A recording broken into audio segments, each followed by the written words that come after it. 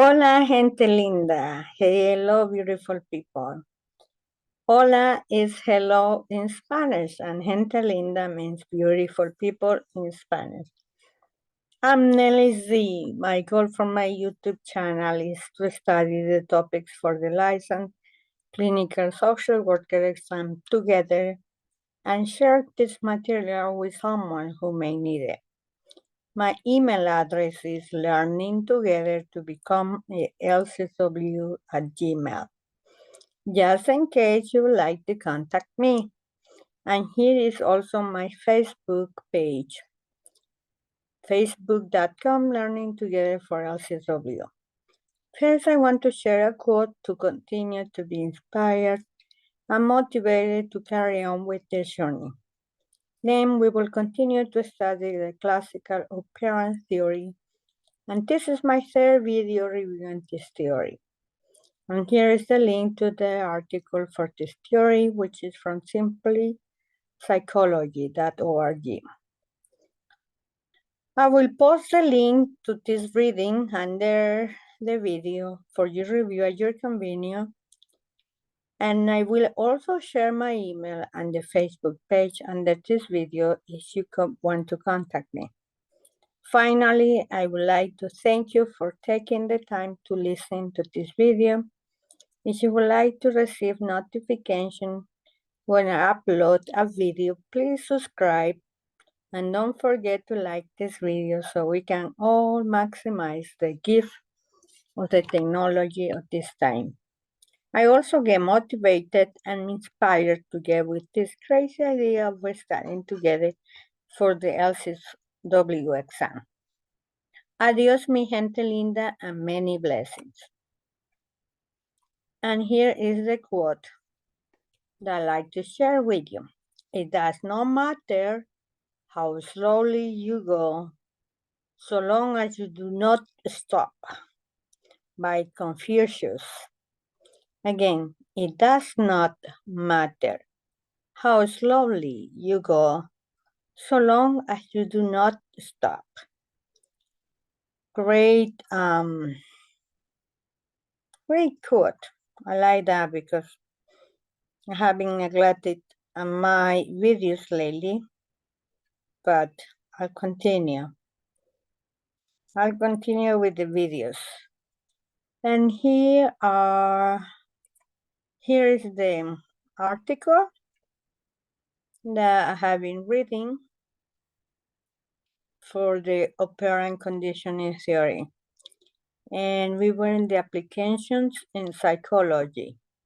That's where I stopped last time in my last video. Behavior modification therapy. Behavior modification is a set of therapeutic techniques based on operant conditioning, and this was by Skinner in the 1938, 1953. The main principle comprises changing environmental events that are related to a person's behavior.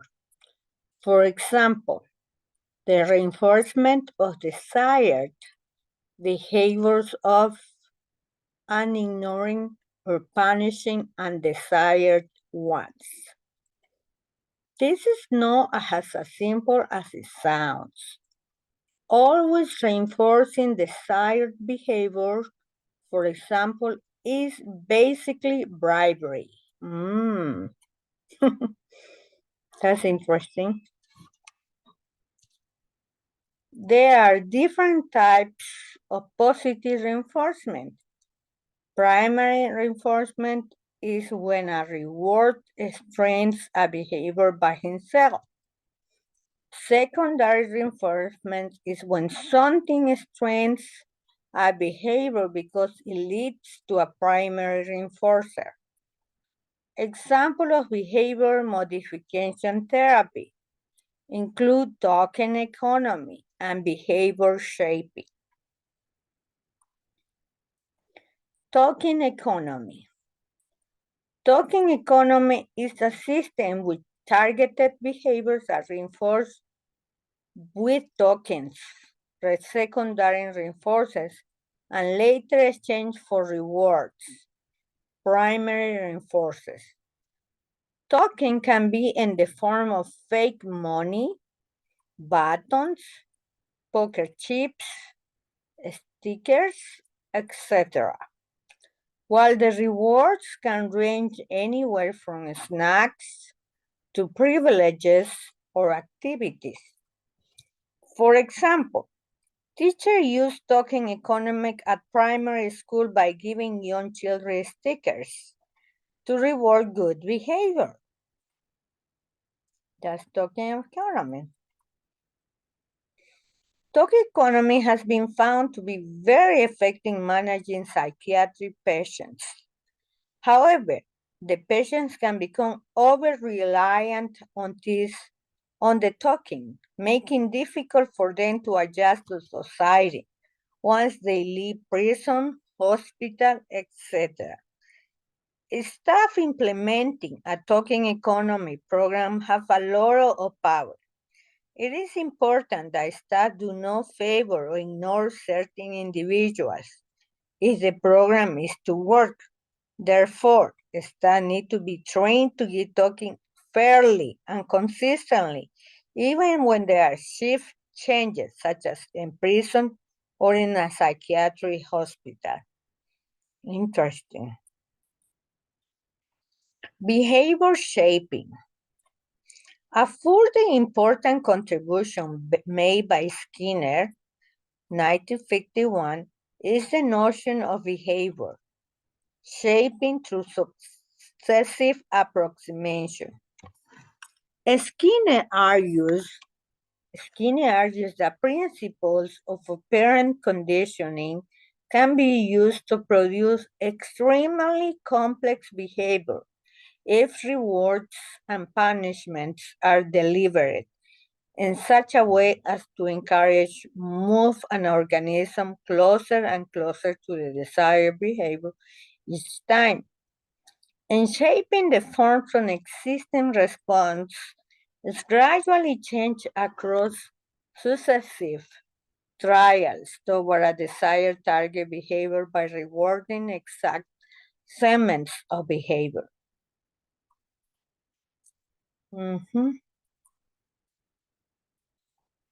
To do this, the conditions or contingencies required to receive the reward should shift each time the organism moves a step closer to the desired behavior.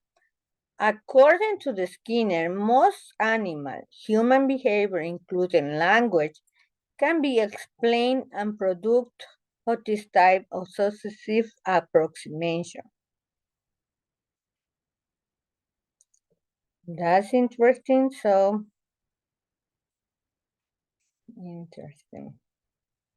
That's the shaping. Educational application. In the conventional learning situation, operant conditioning applies largely to issues of class and student management rather than to learning context. It is very relevant to shaping skills performance. A simple way to shape behavior is to provide feedback on learning performance. Example, compliments, approval, encouragement, and affirmation. That's, that's education application.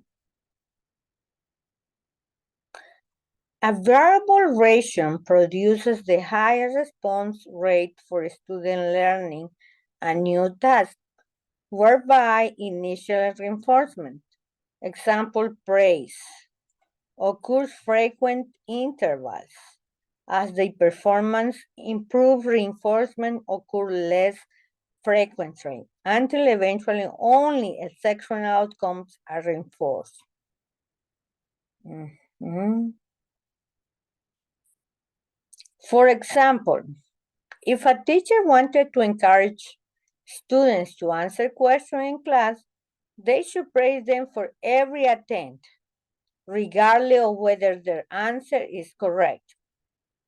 Gradually, the teacher will only praise the students when their answer is correct, and over time, only exceptional answers will be praised.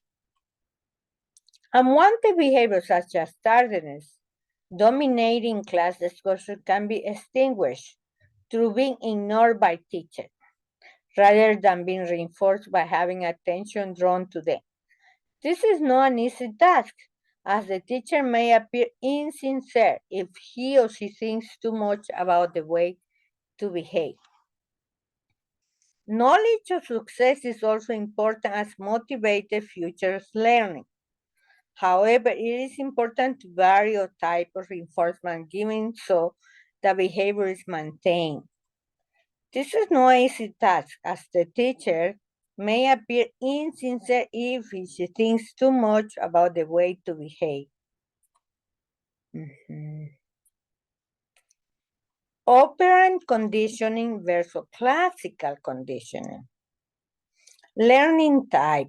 While both type conditioning involve learning, classical conditioning is passive, automatic and response to stimuli, while operant conditioning is active. Behavior is influenced by consequences. Classical conditioning links an involuntary response with a stimulus. It happens passively on the part of the learner without reward or punishment. An example is dogs salivating at the sound of a bell associated with food. Operant conditioning connects voluntary behavior with consequences. Operant conditioning requires the learner to actively participate and perform some type of action to be rewarded or punished. It is active with the learning behavior influenced by reward or punishment. An example is dogs sitting on command to get a treat. Learning process. Classical conditioning involves learning through associating stimuli, resulting in involuntary response, while operant conditioning focuses on learning through consequence, shape involuntary behaviors. Learning by association, classical conditioning, and learning by association, a person or animal learn to associate two stimuli, causing a behavior change. A neutral stimulus is paired with unconditioned stimulus that naturally trigger a response. Over the person responds to neutral stimulus as is were unconditioned stimulus, even when the presented alone. Response is involuntary and automatic. An example is a dog salivating response, and the sound of the bell neutral stimulus after it has been repeatedly paired with food and conditioned stimulus. Learning by consequences, operant condition. Learning by consequences behavior is learned based on the outcomes or consequences. The learner is active and the response is voluntary. Behavior followed by pleasant consequences, reward, is more likely to be repeated, while behavior followed by unpleasant consequence, punishment, is less likely to be repeated. For instance, if a child gets praised pleasant consequences for cleaning the room behavior, they are more likely to be clean the room in the future. Conversely, if they get scolded and unpleasant consequences for not doing their homework, they're more likely to complete next time to avoid the scolding. Timing of stimulus response. The time of the response related to the stimulus differs between classical and operant conditions. Classical conditions respond after the stimulus. In this form, conditioning the response occurs after the stimulus. The behavior response is determined by what preceded the stimulus. For example, in Pablo's class experiment, the dog started to salivate response after he heard the bell stimulus because they associated with food. Operant conditioning responds before the stimulus. In this form, the conditioning the response generally occurs before the consequence, which acts the stimulus for future behavior. The anticipated consequences influence the behavior of what follows. It is more active for learning, where behaviors are reinforced and punished, thus influencing the likelihood of repetition. For example, a child might behave well, behavior anticipation reward consequence, or avoid certain behavior to prevent potential punishment. Interesting. Summary. A Skinner classic study of pigeons' rat behavior, we can identify some of the major assumptions of the behavior approach. Psychology should be seen as a science, to be studied in scientific manner. Skinner's study of behavior in rats was conducted under carefully controlled laboratory conditions. Behaviorism is primarily concerned with observable behavior, as opposed to internal events like thinking and emotion. Note that Skinner did not say that rats learn to press a lever because they wanted food, and instead concentrated on describing the easily observed behavior that rats acquire. The major influence on human behavior is learning from our environment. In the Skinner study, because food followed a particular behavior, the rats learn to repeat the behavior, etc. Operant conditioning. There is a little difference between the learning that takes place in humans and that in other animals. Therefore, research operant conditioning can be carried out on animals as well as on humans. Skinner proposed that the way humans learn behavior is much the same as the way rats learn to press a lever. So, if your lay person's idea of psychology has always been of people in laboratories wearing white coats and watching apple rats try to negotiate mazes in order to get to their dinner, then you are probably thinking of behavioral psychology.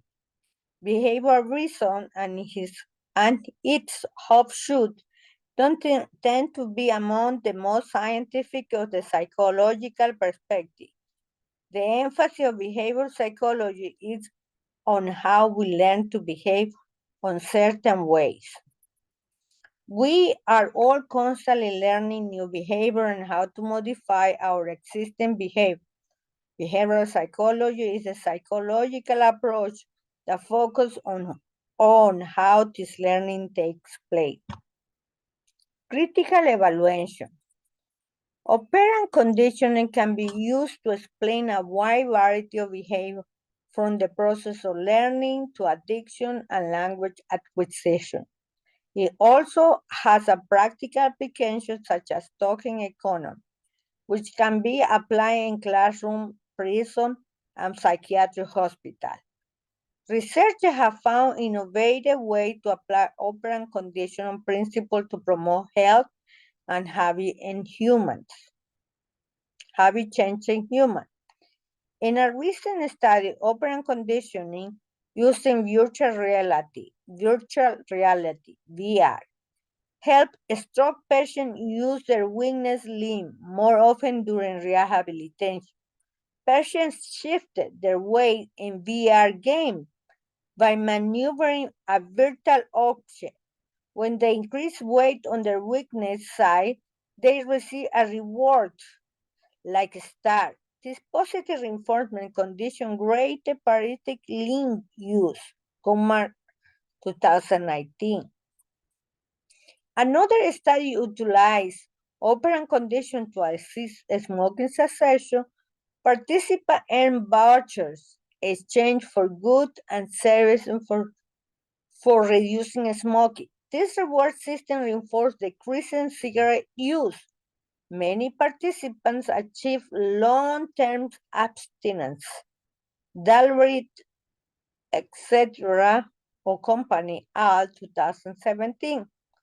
Through repeated reinforcements, operant condition can facilitate forming exercise and eating habits. A person trying to exercise more might earn TV time for every 10 minutes spent working out.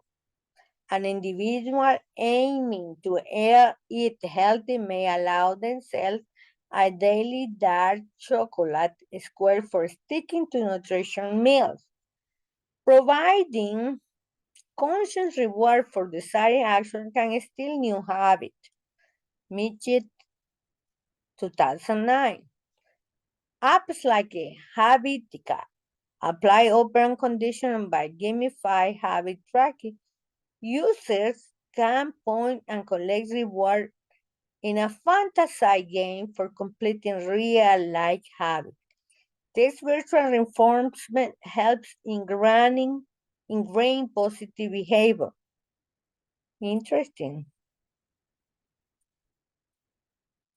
Operant conditioning also shows promises for managing ADHD and OCD, rewarding concentration and focus in ADHD field. For example, can strain their attention skill, similarly reinforcing OCD. Patients for resisting compulsion many diminish obsessive behavior. However, operant condition fails to take into account the role of inherited and connective factors in learning. That's incomplete explanation of the learning process in human animals. For example, Kohler found that primates often seem to solve problems in a flash of insight rather than be trial and error learning. Also, social learning theory, Bandura, 1977, suggests that humans can learn automatically through observation rather than through personal experience. That's nice. The use of animal research operant conditioning study also raised the issue of extrapolation. Some psychologists argue we cannot generalize from studies on animals to humans as the anatomy and psychology are different from humans, and they cannot think about their experience and involve the reason, patient memory, and self-comfort. Frequently asked question: who discovered operant condition? Operant conditioning was discovered by B.F. Skinner, an American psychologist, in mid-20th century. Skinner, often regarded as the father of operant conditioning, and his work extensively deals with the mechanics of reward and punishment for behavior, with the concept of being the behavior followed by positive outcomes. Okay. Oh,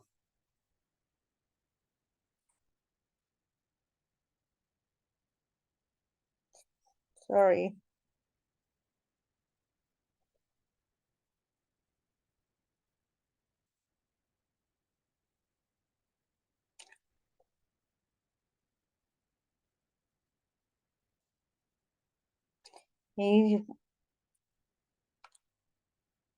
So here is who discovered operant condition? Operant condition was discovered by B.F. Skinner, American psychologist, in the mid-20th century. Skinner is often regarded as the father of operant conditioning, and his work extensively dealt with mechanism of reward punishment for behavior, with the concept of being that behaviors followed by positive outcomes are reinforced while follow by negative outcome are discouraged.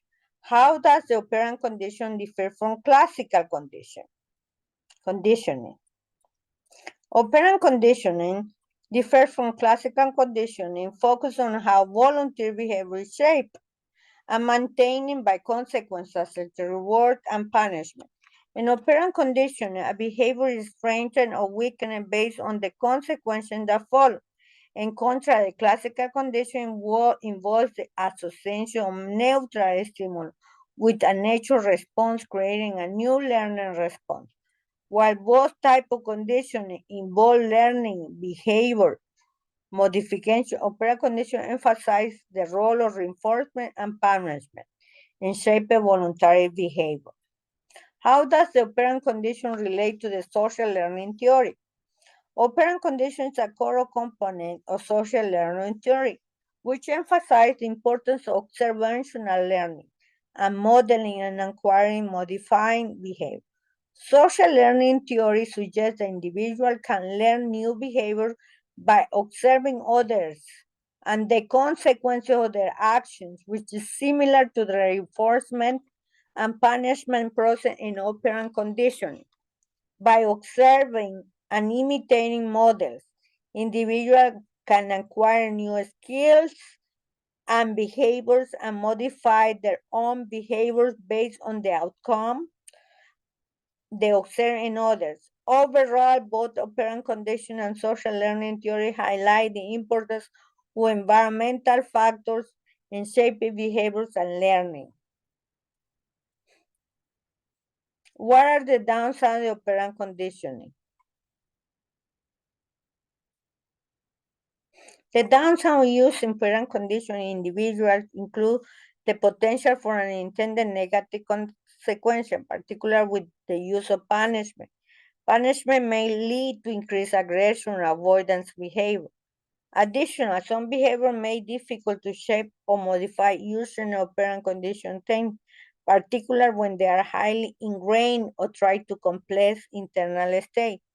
Furthermore, individuals may resist changing their behavior to meet expectations of others, particularly if they perceive the demand consequences of the reinforcement or punishment to be undesirable or unjust. Oh, yeah, that's very typical for my clients. What is an application of Skinner operant conditional theory? An application of B.F. Skinner operant conditional theory is seen in education and classroom management. Teachers use positive reinforcement, reward to encourage good behavior and academic achievement, and negative reinforcement and punishment to discourage disruptive behavior. For example, a student may earn extra research time, positive reinforcement for completing homework on time, or lose privilege to use class computer, negative punishment for misbehavior. And here are some videos that you can relate and watch more about this theory. Okay, my people, this was a long video, but I wanted to finish this theory and we can review next time another topic. God bless you, my dear people. Adios.